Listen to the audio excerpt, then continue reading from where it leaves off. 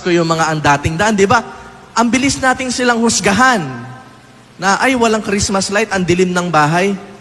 Siguro, iglesia yan, wala yung Pasko. Oy, walang Christmas light ito. Ang dilim ng bahay, oh. Wala yung Pasko, hindi nagpapasko yan. Mga ang dating daan yan. Madali tayong mag-judge na wala silang Pasko. Pero baka nga may mas Pasko pa sila kaysa sa atin.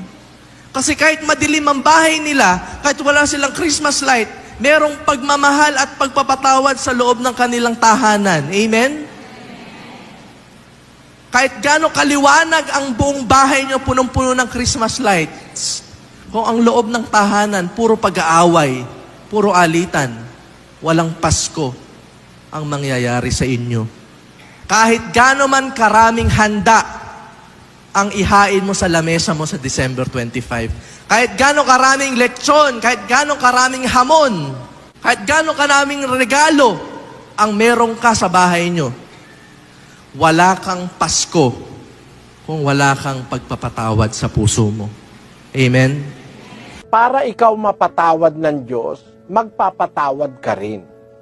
Nasa Mateo 6:14, pakibasa mo kapatid na Daniel.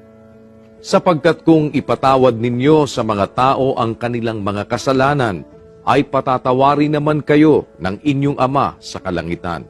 15. Datapwat kung hindi ninyo ipatawad sa mga tao ang kanilang mga kasalanan, ay hindi rin naman kayo patatawarin ng inyong Ama ng inyong mga kasalanan. Ayun, yan lang naman ang kondisyon ng Diyos eh. Gusto mong makatiyak ka na papatawarin ka ng Diyos, magpapatawad ka rin. Pero pag hindi ka nagpatawad, tiyak na tiyak hindi ka rin papatawarin ng Diyos.